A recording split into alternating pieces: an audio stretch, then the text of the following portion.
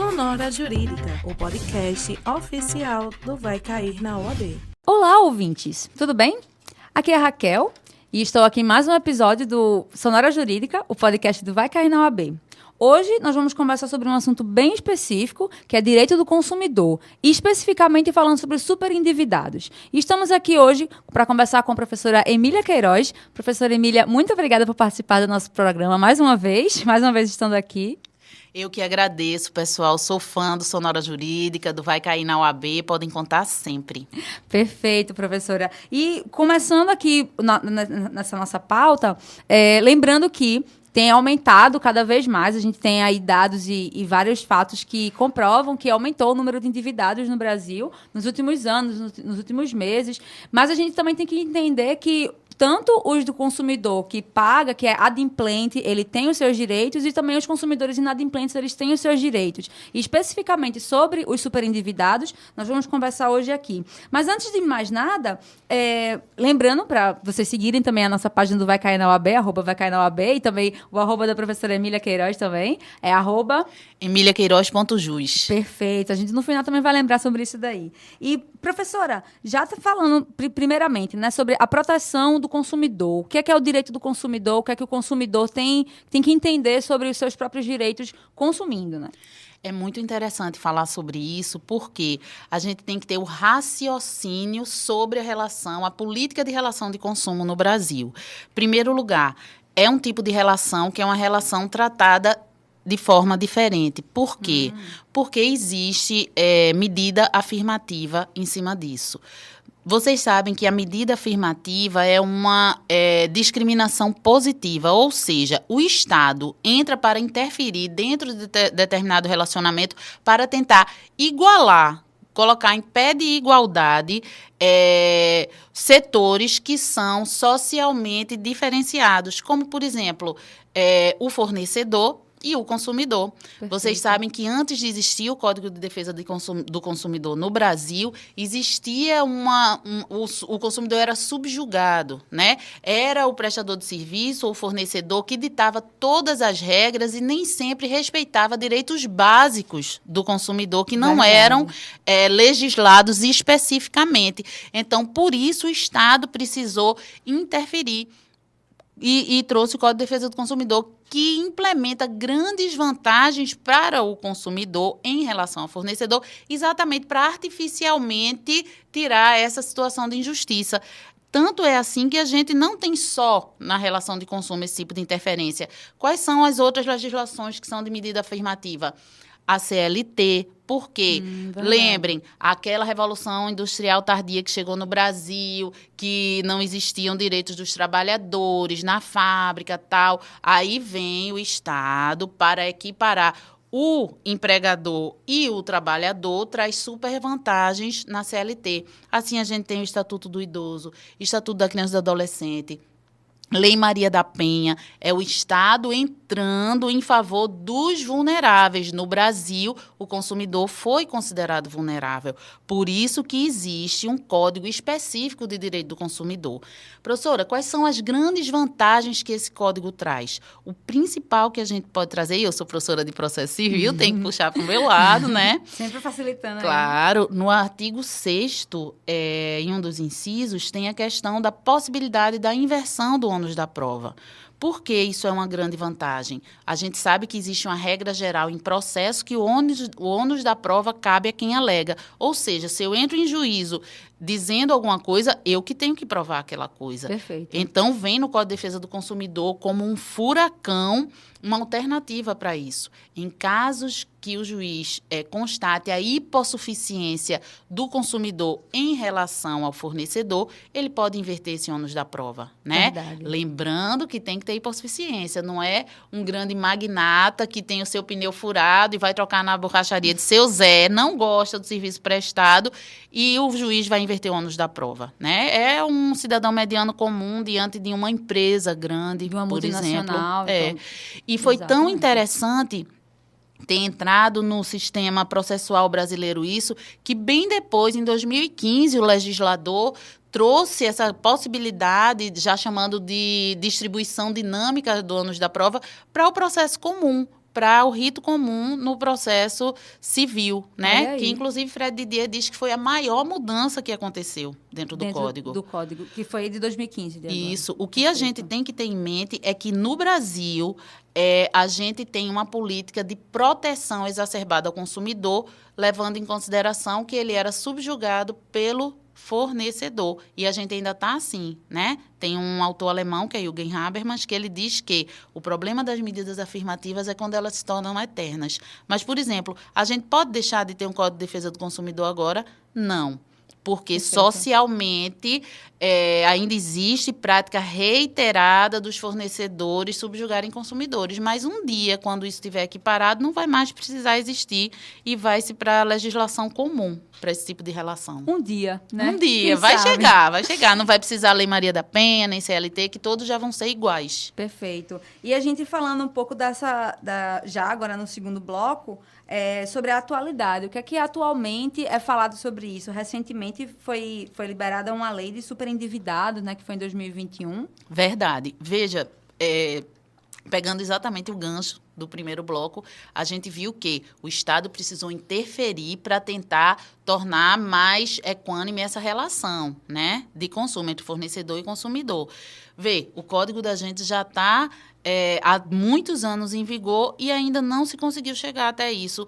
Tanto é que a gente vê o reflexo no mercado, né? A economia brasileira é baseada no consumo, tá? Verdade. E, com base nisso, a gente vê os superendividados. Se o Código de Defesa do Consumidor e toda a Política Nacional de Proteção ao Consumo, que é uma política constitucional, inclusive, tivesse vingando, tivesse sendo eficaz, a gente não teria o número que tem de superendividados. Principalmente sabendo que uma parcela enorme desses superendividados vem de idosos, né? Verdade. A gente tem que ver que quando fala em consumo, a gente está falando consumo de coisas e a gente está falando em prestação de serviço. Aqui dentro entra também a questão dos empréstimos bancários, né? Quem nunca teve notícia, eu como advogada, é frequente me procurarem os idosos que têm aquele empréstimo consignado em folha, que é tudo muito fácil de se fazer. O idoso sequer precisa ir no banco, dar uma senha, dar um código de acesso e tem, muitas vezes, o seu benefício taxado, né? Então, precisou, tanto não tem perspectiva de deixar de existir o Código de Defesa do Consumidor para proteger especialmente o consumidor, que precisou até ser alterado, né? E eu estou falando da Lei 14.181 de 2021. É ela mesma. Isso, ela alterou tanto o Código de Defesa do Consumidor como o Estatuto do Idoso, né? Exatamente sobre essa questão do superendividamento. Veja, já existiam princípios de proteção e direitos básicos do consumidor no Código de Defesa do Consumidor, mas, diante dessa realidade social de superendividamento da população, precisou-se vir uma lei mais radical. E essa lei toca muito forte na questão dos princípios, tá? Então, aumenta a responsabilidade social de educação. A gente sabe que existe o princípio da educação, o princípio da informação, ou seja, educação é uma coisa mais ligada à utilidade pública mesmo, de conscientizar. Os PROCONs têm um papel muito importante nisso, de fazer campanhas, tanto que a gente vê que existem sede de PROCONs dentro das universidades, né? Tanto porque tem essa questão pacificadora de tentar extrajudicialmente resolver o conflito de consumo, mas tem também esse outro lado, que é a responsabilidade social de se falar de consumo, né? Existe, assim, essa questão do consumo não é exacerbado e não consciente, não é uma questão brasileira. Existe uma encíclica do Papa que fala em meio ambiente e ele associa a questão do consumo exacerbado, prejudicando inclusive o meio ambiente. Tem vários impactos. Pois é. Então, é uma questão mundial, né? É a cultura como diz Bauman, da sociedade líquida, né? Não estou gostando disso, descarto e pego outro, descarto e pego outro, né? Vou comprando. Infelizmente, faço isso com coisas e com pessoas, né? Então, esse consumo exacerbado, a mudança do padrão social, eu preciso ter para ser... Eu preciso ter e não ser, né? Eu vou ser considerado socialmente. Se eu tenho, eu sou, né? Exatamente. E também isso vai muito para uma questão da educação, né, professora? De você saber, de existir uma acessibilidade ao que o brasileiro, a pessoa, enfim, o ser humano, saber o que é que deve consumir, o que é que pode consumir, até que limite o consumo, Perfeito. ele vai ser saudável, né? Exato. Inclusive, existem agora os coaches, né, os mentors e tal, que trabalham muito essa questão da educação financeira, né? Justo. Eu Que preciso deveria ser pra daquilo. todos, né? Isso. Eu assisti um programa com a professora Amanda Aires, da Universidade Federal, que ela é economista, e ela falava exatamente como é que eu vou saber se eu preciso ou não preciso daquilo. Eu vou para o shopping, eu vejo aquele produto e, nossa, tô louca pelo aquele produto. Não compro naquela hora. Se eu passo 3 vezes pelaquela loja e não me fez falta, é porque eu não estou precisando. Exato, né? é uma boa dica. Mas eu tenho a tentação de passar pelas vitrines do shopping. Ela até disse, se eu tenho esse problema de ter essa tentação e quero ir para o cinema, eu vou para o cinema numa hora que o shopping já estiver fechado, né? Para evitar. Porque quando sair não tem nem perigo, Isso. né? Aí entram aqui Poucas outros princípios dicas. também, a questão não é do nada que você chega para comprar determinada coisa, né? Verdade. A propaganda que o fornecedor faz de mostrar que você vai morrer se você não tiver o modelo novo da coleção de determinada loja, de um sapato ou de uma bolsa, né? Por exemplo. Então, essa questão também tem que ser medida e controlada pelo Estado. Não é a questão de censura, é a questão de sensibilizar o consumidor para ter uma educação em relação à prevenção do superendividamento, principalmente se a gente estiver falando de compra de empréstimos. Porque isso também vai para uma questão de educação financeira, que Isso. também é um outro ponto que é importante também a gente falar um pouco sobre a educação financeira, sabendo também que o consumidor ele tem os seus direitos, seja quando ele está comprando, também quando ele está com a dívida, que, enfim, é todo Isso. o contexto da pauta do nosso episódio. A questão da educação financeira para quando a pessoa está com dívida. E aí?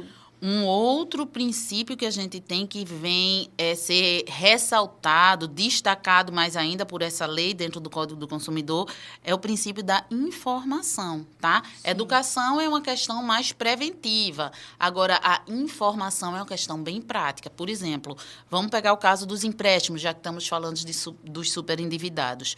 Quando eu vou tomar um empréstimo no banco, não vale aquela letrinha pequenininha, né? Geralmente, esse tipo de empréstimo de instituição financeira vem através de um contrato de adesão. Um contrato de adesão, muitas vezes, é considerado leonino, ou seja, tem vantagem só para uma parte. Os contratos, em geral, têm uma natureza sinalagmática, têm uma natureza bilateral. Eles devem ser formulados por ambas as partes, né? No caso, seria o consumidor e o fornecedor no contrato de banco. Eu tenho que ter direito de opinar sobre as cláusulas. Mas a gente vê o quê? Se eu vou comprar um apartamento, vem aquele contrato todo pronto já. Tem meu nome lá em cima? Tem, mas já vem para mim todo preenchido. Só assinei no final. Exato. Ou vem o espaço, deu preencher só meus dados pessoais, né? Um contrato de empréstimo é a mesma coisa. Eu não tenho a liberalidade de dizer, não, mas vamos fazer o seguinte, se eu quero negociar, eu já tive um caso de uma cliente que chegou até a gente que ela queria fazer um empréstimo no banco e pagar em 4 parcelas. Era 10 mil, ela queria em 4 parcelas.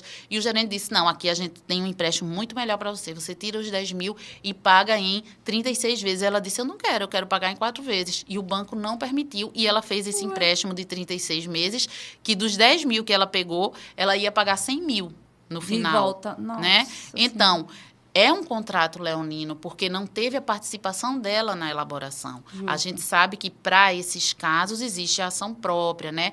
Uma ação pedindo a declaração da nulidade daquela, pelo menos de alguma cláusula, por ser leonina, aquelas letrinhas pequenininhas. Então, o direito à informação, eu tenho que saber quantos % de juro está naquilo. Por exemplo, a questão da habitação, financiamento para compra de imóvel, é muito interessante.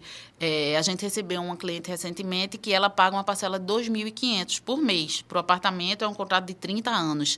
Desses 2.500 que ela paga, só abate a dívida dela R$ 500, porque R$ 2.000 são de encargos e juros mensais que ela paga pelo contrato. Nossa! Então, um apartamento de 300 mil sai por mais de 1 milhão. Com né? certeza. Então, mas se ela sabe disso e mesmo assim diz, não, a única forma de eu adquirir meu imóvel é essa, pelo custo-benefício eu quero dessa forma, eu não quero, por exemplo, um contrato de consórcio, eu não quero juntar o dinheiro numa aplicação e comprar à vista.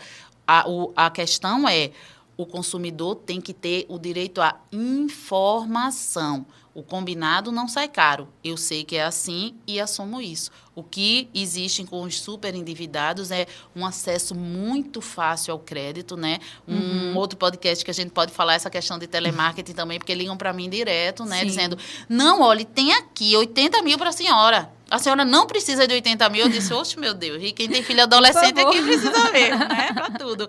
Aí eu disse, preciso, o que é que eu faço? Basta dar o código tal, não sei o que, eu vim aqui e tal. Deixa o CPF aqui agora. Exatamente. Ou seja, precisar, todo mundo sempre vai Muito precisar. fácil né? você ficar super endividado. As Ilhas né? Maldivas estão aí para serem visitadas, então sempre eu vou precisar. Mas eu tenho que saber qual é o juro que eu vou pagar, quais são as parcelas, quais são os ônus que eu vou ter. Para dentro desse meu direito de informação, eu vou juntar com a educação financeira que o Estado tem que me promover para eu saber aquele consumo para mim é sustentável. A gente Sim. tem que ir em cima da sustentabilidade. Verdade. E dentro dessa parte da relação sendo de consumo, essa relação de consumo, qual é o impacto no enquadramento que vai existir? Perfeito, perfeito. O que é que vai diferenciar se uma relação é uma relação civil comum, que vai usar o Código Civil, ou se é uma relação de consumo que vai usar o Código de Defesa do Consumidor? O impacto é importantíssimo e imenso, porque se ela for capitulada como relação de consumo, ela vai ter a proteção do Código de Defesa do Consumidor. Então, ela vai ser uma relação tratada artificialmente como desigual, com muitas vantagens para um dos dois que está naquela relação, que no caso é o consumidor. Então, não precisa nem eu dizer, né, que quem é fornecedor de serviço e de produto luta para provar que aquilo é uma relação cível comum, porque em sendo uma relação cível comum, vai ser tratada pelo Código Civil como se fosse as duas partes equiparadas. Verdade. Então, é de igual para igual. Enquanto que quem é consumidor deve tentar capitular como uma relação de consumo. Quem determina isso, não existe uma lista numa lei que diga essa relação. As relações de consumo são, e aquela planilha de Excel, não. São os tribunais que enquadram a relação bancária como uma relação de consumo, tal. E daí por diante, a partir disso, e a doutrina também, é que a gente vai poder botar os impactos de uma relação em pé de igualdade, que seria o Código Civil, ou uma relação que tem uma proteção especial do Estado, que seria uma relação de consumo. Perfeito. E agora a gente já indo para nosso terceiro bloco, nosso terceiro e último bloco.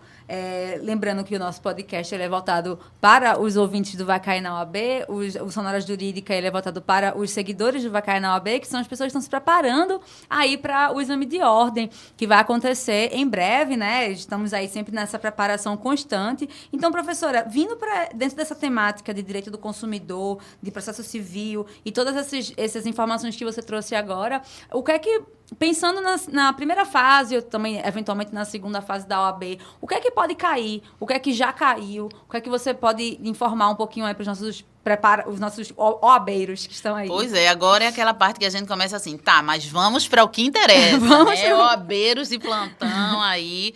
Gente, na primeira fase do exame de ordem, existe a tradição de cair em 2 questões de direito do consumidor.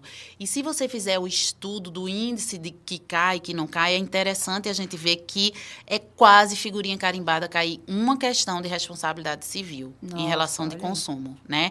Então, quem está se preparando para a primeira fase, dá aquela revisadinha em responsabilidade civil para relação de consumo, tá? Que existe toda uma peculiaridade em relação à relação comum, que seria a relação cível, tá? Justo. A segunda questão geralmente flutua entre consumidor em juízo, que aí a gente pode cair essa questão da inversão do ônus da prova. Aí a gente pode também trabalhar, porque vocês sabem que as questões também de primeira fase são multidisciplinares, né? O que é que o examinador gosta, principalmente a FGV? Ele gosta de dar um enunciado, que é um caso-problema, para você resolver aquele caso-problema. Então, pode ser que caia alguma coisa de relação de consumo que a gente pode juntar com um rito especial da Lei 90/99, dos juizados especiais, né? Se a causa for até 40 salários mínimos, juizado comum. Se for até 20 salários mínimos, aí você sabe que pode ter o juiz postulando e independe da presença de advogado. A questão da resolução extrajudicial em sedes de PROCON também, né? Cai muito essa questão do enquadramento. Essa relação é uma relação de consumo ou não é uma relação de consumo? Então, isso a gente cai a questão de práticas comerciais também, uma coisa interessantíssima. Quem está se preparando para direito do consumidor tem que olhar as súmulas do STJ. Tá? As súmulas do STJ são de consulta obrigatória, até para a primeira fase. Lá existe muito essa questão de enquadramento, de relação de consumo, tá? Professora, não tem direito do consumidor na segunda fase. Realmente, a gente não tem a área específica só de direito do consumidor, mas, indiretamente, o direito do consumidor pode entrar dentro da seara da prova, principalmente quem vai fazer direito civil. Tá? Então, essa questão de responsabilidade civil de relação de consumo, rito em juízo, pode sim cair também na segunda fase. Essa questão do superendividamento é uma questão nova, a lei é de 2021. Ainda não caiu diretamente nada sobre ela, então ela é uma grande aposta que os professores de Direito do Consumidor têm para os próximos exames, tá? Então, que se cair, vai estar no edital. Isso. E como é uma novidade, existe essa probabilidade, né? Então, de que forma essa lei poderia cair, né? Essas duas questões que eu falei no bloco anterior, em relação aos princípios, o dever de educação e de informação, que são diferentes. O dever de educação é mais ligado à questão da utilidade pública preventiva e o dever de informação é uma questão contratual de se ter, do consumidor ter ciência de todos os impactos contratuais daquela relação, tá? Aí você, em relação ao superendividamento, é bom dar uma olhada em contratos bancários, tá bom? E também a questão da repactuação, tá? A repactuação seria o seguinte, eu tenho vários contratos de empréstimo, por exemplo, consignado, que seja de cartão de crédito, contratos que me trazem um superendividamento. Então, a lei traz essa possibilidade da repactuação. Essa repactuação pode ser feita através de uma conciliação. Essa conciliação pode ser tanto do PROCON como Sejusques, como centrais de mediação, mas o PROCON tem uma função muito destacada nisso. Qual é a questão que diferencia uma conciliação no PROCON e uma conciliação judicial ou o processo, a ação judicial em si? É porque o PROCON não tem o poder de execução daquela decisão, né? A conciliação que é feita no PROCON vai gerar um título executivo extrajudicial que aí sim está sujeito a uma possível posterior ação de execução em cima desse título extrajudicial. Então, é interessante ver essa questão da repactuação, inclusive o professor Marco Antônio Araújo, que é de Direito do Consumidor, fala muito isso, principalmente na questão do chamamento dos credores, porque pode haver essa repactuação conciliatória, tá? Extrajudicial, ou pode vir através de uma ação judicial, tá? Nessa ação judicial, o consumidor superendividado vai chamar todos os credores e a participação do credor não é facultativa nesse processo, tá? Se ele for ausente, ele vai entrar para o fim da fila de credores, tá bom? Então, pode cair algum aspecto processual dessa lei 14.181, sim, principalmente em relação à repactuação, que pode ser judicial, conciliatória, extrajudicial conciliatória ou através de ação judicial. Nossa, então aí, pessoal, se liguem nessas dicas. Hashtag fica a dica. Fica a dica, fica as enormes dicas aí da professora Emília Queiroz para a primeira fase e para a segunda fase, né? Isso. Focando principalmente em processo civil, em Código de Defesa do Consumidor. E para sua vida, E né? pra vida Que também. todo mundo é consumidor. Para todos os ouvintes, então, seja você se preparando para a OAB, seja você já tendo conquistado sua carteirinha, sendo você apenas leigo e querendo só conhecer mesmo um pouquinho sobre isso, são informações importantíssimas. E a gente depois, eventualmente, professora, vai fazer, sim, um episódio sobre marketing, sobre Isso. telemarketing, que eu achei muito interessante E mesmo. cobrança arbitrária também. Exatamente, Tem muita coisa porque interessante. tem muita coisa pra gente, tem muito pano pra manga ainda aí por aí. Verdade. Bom, gente, estamos ficando por aqui em mais um episódio do Sonora Jurídica, o podcast do Vai Cair na OAB. Agradeço mais uma vez a participação da professora Emília Queiroz aqui. Professora, pode até dar seu jabá agora também no final. Vamos embora. Do seu @. Simbora, @emiliaqueiroz.jus, vão ser todos muito bem-vindos lá, a gente vai interagindo por direct, vocês podem sugerir temas e vamos junto. Perfeito. E é isso, gente, também não se esqueçam de seguir o Vai Cair na OAB no Instagram e continuem acompanhando os próximos episódios do Sonora Jurídica, o podcast do Vai Cair na OAB. Tchau, tchau. Sonora Jurídica, o podcast oficial do Vai Cair na OAB.